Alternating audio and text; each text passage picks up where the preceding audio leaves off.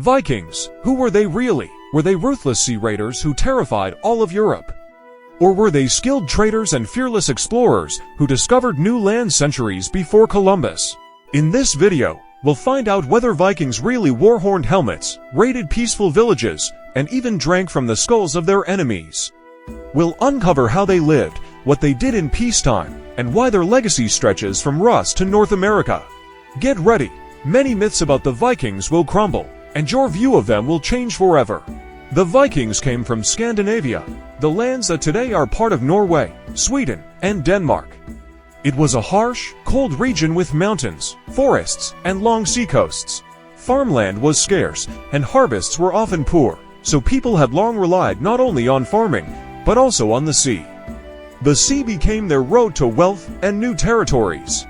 The Scandinavians were skilled shipbuilders and sailors. By the 8th century, they had already learned to build fast and durable ships capable of crossing seas and navigating rivers. The very word Viking referred more to an occupation than to a people.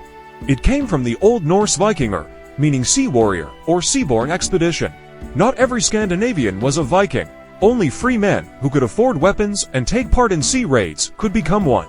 It was from these harsh lands and daring sea journeys that the story of the people Europe would remember as the Vikings began. Now, let's travel back 1,000 years to a small village somewhere on the coast of Norway or Denmark. Around us are wooden houses with turf roofs, narrow paths, and the smell of smoke rising from hearth fires. Here live the Vikings, not as fearsome raiders, but as ordinary people. For most of the year, they are not fighting, but taking care of their households. Men plow the land, grow rye, barley, and oats, fish, and hunt. Women manage the home, spin, weave, and care for livestock and children. Life for a Viking is harsh but steady. He is not only a warrior, but also a farmer, a craftsman, and a father. But when the time for a voyage comes, the village comes alive. Ships are prepared for distant journeys, weapons are forged, and supplies are gathered. And it is in these moments that the world remembered why the very name Viking inspired fear. Once the ships were ready and the crew assembled, the Vikings set out in search of wealth, new lands, and glory. Their first targets were monasteries and coastal villages of Western Europe. Why monasteries? Because they were rich and almost defenseless, they held gold, silver, valuable books, and relics. The Vikings also attacked trading towns and settlements to seize goods, capture slaves, or gain control over trade routes. But Viking expeditions were not always about plunder. Many of them turned into trading journeys, and some Vikings even settled in new lands, founding communities and mixing with the local population. When the Vikings returned from their expeditions, life slowly returned to its usual rhythm. They came back with loot and new goods to their villages and towns, where they traded, shared stories, and prepared for the next season. Part of their wealth was spent on improving the household, buying livestock, repairing homes, and building new ships. Others invested their time in crafts, blacksmithing, weaving, and woodworking.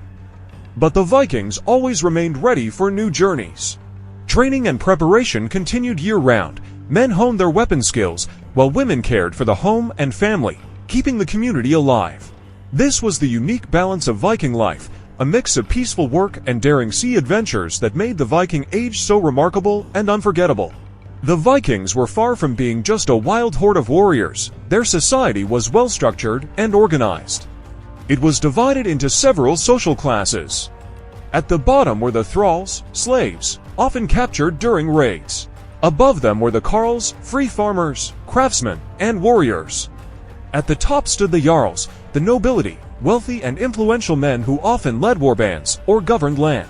At the very top was the koning, the king. He could command armies, lead expeditions, and form alliances. But Vikings weren't blindly obedient to their rulers. Even a king had to listen to the voice of the people. The heart of Viking political life was the Thing, a public assembly. It was held regularly, usually outdoors, and all free men capable of bearing arms were expected to attend. At the Thing, they discussed vital matters, whether or not to go on a raid, electing or removing leaders, resolving disputes, judging crimes. This was, in many ways, an early form of democracy. Everyone had a voice, and the most respected warriors and elders could strongly influence decisions. Viking laws weren't written down, they were passed on orally. Every community had a law speaker, someone who memorized and recited the entire body of laws. At each thing, he would stand and speak them aloud, so no one forgot how one was expected to live. Breaking the law was serious. The harshest punishment was outlawry, being declared outside the law. From that moment on, the person lost all legal protection. Anyone could rob or even kill them without consequence.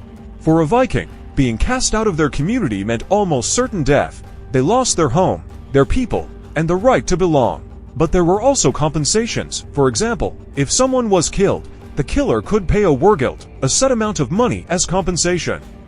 The value depended on the victim's social status. A jarl's life cost more, a carl's less. Viking society operated under firm and clear rules. It valued not only strength, but also honor, reputation, and fairness. Even an ordinary man could rise in status if he showed courage, wisdom, and loyalty to his people. Viking religion and mythology. Before Christianity arrived, the Vikings believed in a vast pantheon of gods, spirits, and mythical beings. Their religion was deeply connected to nature, war, and fate. It was a pagan mythology, where gods like Odin, Thor, Freya, and Loki played central roles. Odin was the All-Father, wise, grim, and powerful. He was the god of warriors, poets, and magic. In his quest for knowledge, he sacrificed his eye and even hung himself on the world tree to learn the secrets of the runes and fate. He was often depicted as a one-eyed wanderer with a cloak and wide-brimmed hat. Thor, Odin's son, was the god of thunder and protection. He wielded the mighty hammer Mjolnir, capable of destroying enemies and returning to his hand like a boomerang. Thor symbolized strength, justice, and reliability. Freya was the goddess of love, fertility, and war. She claimed half of the fallen warriors for her own hall, while the other half went to Valhalla, the grand hall where Odin welcomed the brave. There, heroes feasted and prepared for the final battle, Ragnarok. Loki was the trickster god, clever, chaotic, and unpredictable.